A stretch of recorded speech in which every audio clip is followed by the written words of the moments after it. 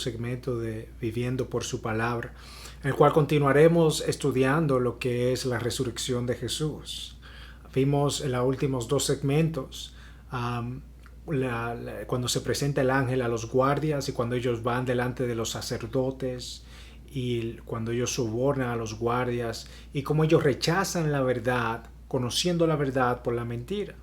Pero hoy vamos a ver que los discípulos de Cristo tampoco estaban tan lejos de esto, en el sentido de que ellos tampoco creyeron o decidieron creer el testimonio de las mujeres. Nosotros vamos a ver también hoy cómo aún nosotros cumpliendo el mandato de llevar su palabra, otros no van a creer su palabra. Aún siendo creyentes, muchas veces no van a escuchar, y los no creyentes muchas veces tampoco van a escuchar. Mi mandato no es a que otro escuche. Mi mandato es llevar su palabra y Dios es que decide entonces abrir los corazones. Entonces, para entrar en el contexto, otra vez estamos en el año de 30 al 33 después de Cristo. Nosotros habíamos visto que Jesús murió un 14 de Nisan, que viene siendo un viernes, alrededor de la hora novena, que viene siendo alrededor de las 3 p.m. Esto lo vemos en el libro de Marcos. Y ahora estamos en el mes de Nisan, el día 16. Jesús resucitó alrededor de las 6:30 de la mañana. Los guardias vimos que salieron huyendo después de haber desmayado cuando vieron el ángel. Llega María Magdalena cuando estaba oscuro y sale corriendo a buscar a Pedro y a Juan, y mientras ella se fue, llegan las otras mujeres y ven los ángeles que atestiguan que Cristo ha resucitado y ellas se van. Y luego llega Juan y Pedro, ven a la tumba vacía, no ven el cuerpo. Llega María Magdalena, ellos se fueron a sus casas, dice la Biblia, y luego vuelve se queda María Magdalena ahí llorando y ve a los ángeles en la tumba. Ella sale, se encuentra con las mujeres, Cristo se le aparece a todas ellas y les da el mandato de que fueran y le dijeran a sus discípulos. Y todo esto ocurrió el domingo temprano en la mañana. Esta noticia de la muerte de Jesús se divulgó por toda Jerusalén. Todos hablaban del profeta que fue asesinado en la cruz y ahora todos se estaban enterando de que su tumba estaba vacía. Los discípulos estaban escondidos, estaban atemorizados, pues los soldados estaban diciendo que se habían robado el cuerpo. Por ende, eso significa que ellos iban a ser perseguidos. Entonces, aquel que ellos iban a coronar como rey cuando entró en su burrito y gritaban Hosana, fue coronado con espinas. Aquel que debió haber ser vestido con ropas reales fue hecho desnudo, escupido y humillado delante de los hombres. Aquellos que lo debieron amar, lo odiaron. Aquellos que lo debieron recibir, lo rechazaron y lo crucificaron. Aquel que iba a reinar sobre un palacio, reinó sobre la muerte en la resurrección. No había duda de que su tumba estaba vacía y que el cuerpo no se sabía dónde estaba. Las mujeres recibieron el mensaje de la resurrección y luego fueron donde estaba la mayoría de los discípulos de Jesús. Entonces, ¿qué fue lo que ocurrió cuando estas mujeres llegaron ahí? Cuando ellas llegan y van donde los discípulos y cuentan que vieron a Cristo resucitado, todos creyeron, dieron gloria a Dios, se postraron delante de Dios y alabaron y se regocijaron al escuchar el testimonio de las mujeres. Y luego salieron a predicar, Cristo resucitó. ¿Verdad que sí? Esto no fue lo que ocurrió. Esto fue lo que debió haber ocurrido, pero no fue así. Entonces leamos ahora la historia de qué ocurrió cuando Cristo manda a estas mujeres a llevar su mensaje. Marcos 16:10 y Lucas 24:11. Voy a leer Marcos 16:10 primero. Y ella fue y se lo comunicó a los que habían estado con él, que estaban lamentándose y llorando. Y cuando ellos oyeron que él estaba vivo y que ella le había visto, se negaron a creerlo. Lucas 24:11 dice, y a ellos estas palabras les pareció como disparates. En otra versión le dice locura. Y no les creyeron.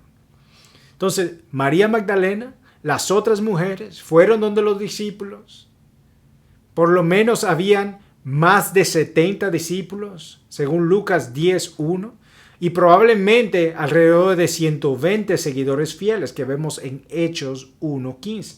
Entre esos dos, y nadie de esos 70, 120 discípulos les creyó a las mujeres. Ellos estaban tristes, ellos estaban llorando, estaban acongojados por su muerte y no les creyeron. No solamente que no les creyeron, sino que pensaban que eran locura, disparates. Si hubiera sido quizás un solo testigo, uno pudiera dudar, pero mínimo eran 6 mujeres, contando la que habían visto a Cristo resucitado. Entonces, espérate. ¿What? ¿Qué? ¿Esto que estamos leyendo puede ser posible lo que estamos leyendo? ¿Acaso nosotros no vimos en los últimos 2 videos que los guardias le llevaron el testimonio a los sacerdotes y los sacerdotes le creyeron a los guardias? Pero decidieron voluntariamente mentir y sobornar antes que rendirse a la verdad y pedir perdón por el horrendo asesinato que acababan de cometer y perder su posición de prestigio. Eso lo vimos en Mateo 28, del 11 al 15. Hasta los fariseos creyeron el testimonio de los guardias inconversos y no creyentes, pero los discípulos creyeron que las mujeres hablaban disparates y no creyeron su testimonio. ¿Por qué era el corazón de estos discípulos tan incrédulo? ¿Por qué no pudieron creer a las mujeres? Que Cristo mismo dijo por lo menos en 3 ocasiones que iba a morir e iba a resucitar. Y también Cristo levantó a 3 personas de la muerte. O sea, la cantidad de personas que creían que Cristo iba a resucitar era 0. Nadie lo creyó. Y esta es la razón por la que yo no entendía. Lucas 18, del 33 al 34. ¿Por qué yo no entendía? Y mira lo que dijo Jesús. Y después de azotarle, hablando él de su muerte, le matarán y al tercer día resucitará. Cristo explicándole a los discípulos su muerte. Y dice, pero ellos no comprendieron nada de esto. Este dicho les estaba encubierto y no entendían lo que se le decía. El entendimiento de ellos estaba velado. Ellos no entendían estas cosas. Y esto no solamente ocurría con respecto a la resurrección. Los discípulos de Jesús no entendían muchas de las parábolas que Cristo enseñaba y Cristo tenía que, aparte, entonces explicarle las parábolas para que entendieran. Sus discípulos, al igual que los fariseos, querían tener las primicias en el reino de Jesús, sentarse al lado del trono de Jesús e incluso pelearon por esto. Fue tan tal que Juan y Jacobo, los hijos de Zebedeo, hablaron con su madre para que ella intercediera a Jesús para que uno se sienta a la derecha y otro a la izquierda en su reino. Mateo 20:20. Esta era una de las mujeres que vio a Cristo resucitado. Ellos vieron a Jesús hacer tantos milagros y aún no entendían bien con quién era que caminaba con ellos realmente. Esta incredulidad y esta ceguera fue porque Dios no había querido todavía enseñarle la plenitud de la verdad, para que el impacto de ver con sus propios ojos al Hijo de Dios resucitado fuera aún mayor. Su negación solamente sustenta la realidad de la resurrección y por eso son testigos oculares de su resurrección. Pablo es uno de los ejemplos más importantes que tenemos con eso, porque Pablo ni siquiera caminó con Cristo. Pero Pablo es uno de los ejemplos más importantes de lo que es ser confrontado por la verdad misma. Pablo, quien era fariseo de fariseos, experto de la ley, orgulloso de ser judío y romano, perseguidor de la iglesia. ¿Qué ocurrió con su incredulidad cuando vio a Cristo? Cuando Cristo le quitó el velo y pudo ver a quién estaba persiguiendo, su incredulidad se desvaneció. Pablo tenía 2 opciones: o rendir su corazón o hacer como los fariseos y continuar en rebeldía. Él podía haber visto y no seguir a Jesús. Él pudo haber perseguido o haber seguido por un tiempo y luego apartarse y volver a sus malos caminos.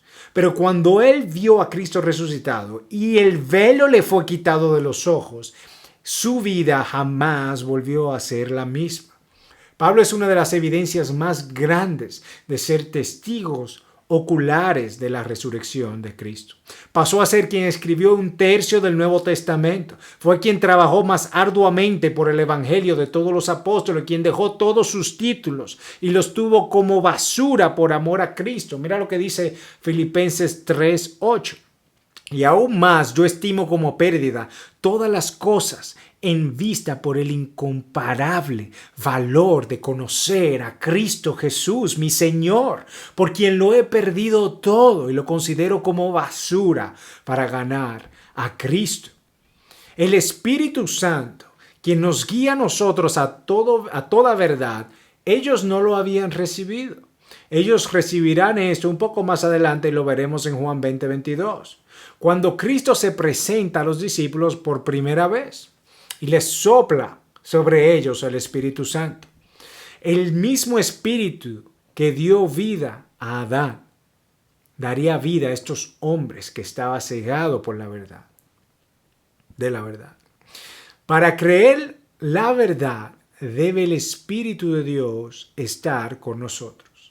En Juan 16:13 dice Jesús que el Espíritu Santo nos guiará a toda verdad. Pero ¿puedo yo tener el Espíritu Santo y no creer la palabra de Dios? Esto hace el pecado en nuestras vidas. Aun si somos creyentes, el practicar el pecado nos aparta de la verdad, ciega nuestros ojos y nuestra conciencia es adormecida. ¿Cómo puedo decir que creo en Cristo y persistir en mi camino apartado de Dios? La verdad es que si no le estoy creyendo a Cristo, si conozco la palabra pero no cambia nada en mí, yo puedo tener el conocimiento de la verdad, pero no la creo. Cuando yo creo la verdad, hay un cambio. Si no hay cambio es porque la verdad no está en mí. No la he creído todavía. Osea 4 dice que por falta del conocimiento de Dios y creer en Él lleva a la destrucción hasta de toda una nación. Mira lo que dice en Oseas 4, versículo 1 y 2, dice: escuchen, israelitas, la palabra del Señor, porque el Señor va a entrar en juicio contra los habitantes de este país. Esta es la razón por la que va a entrar en juicio. Dice: ya no hay entre mi pueblo fidelidad, ni amor, ni conocimiento de Dios. ¿Cuál es la consecuencia de que no hay fidelidad, ni amor, ni conocimiento de Dios? Versículo 2. Cunde más bien el perjurio y la mentira. Abundan el robo, el adulterio, el asesinato. Un homicidio sigue tras otro. Y el versículo 6 de Oseas 4 dice: pues por falta de conocimiento mi pueblo ha sido destruido. Puesto que rechazaste el conocimiento, yo te rechazo como sacerdote. Ya que te olvidaste de la ley de Dios, yo también me olvidaré de tus hijos. Y el versículo 8 dice: el pecado de mi pueblo es su comida. Se regodean en su perversidad, de tal pueblo, tal sacerdote, y por eso pediré cuentas de su conducta y les daré la paga de sus acciones. Hermanos, el rechazar la fidelidad, el amor y el conocimiento de Dios es literalmente que mi pecado ahora sea mi sustento. Ya no es Dios. Ahora lo que me sostiene a mí, lo que me llena a mí, es mi pecado. Esto me va a llevar a mí a un enfriamiento espiritual. Y cuando es generalizado, lo lleva de toda una nación. El pecado florece y la nación cae en el robo, la mentira, en adulterio, el homicidio. Todo esto se vuelve normal porque hemos apartado a Dios de nuestras vidas. Hermanos, en el próximo video veremos por qué los discípulos no creyeron la palabra de Dios cuando vino por la mano de estas mujeres. Yo te exhorto a que vivas por su palabra. Que su palabra sea tu sustento, tu comida, tu bebida, tu alimento de cada día, para que seamos confrontados por la verdad. Y como dijo Cristo en Juan 8:32, y conoceréis la verdad, y la verdad os hará libres. Bendiciones a todos. Te doy gracias por tomar de tu tiempo para aprender de aquel que es el único que puede darte vida, y vida en abundancia. Dios te bendiga y espero que sigas con nosotros. Bendiciones.